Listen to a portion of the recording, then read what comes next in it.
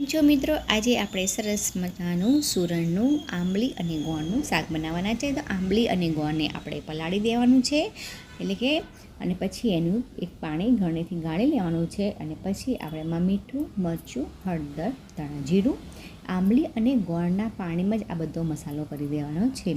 હવે એક પેનમાં આપણે થોડુંક તેલ લાવવાનું છે. સુરણ પહેલાંથી મેં બાફીને રાખ્યું હતું.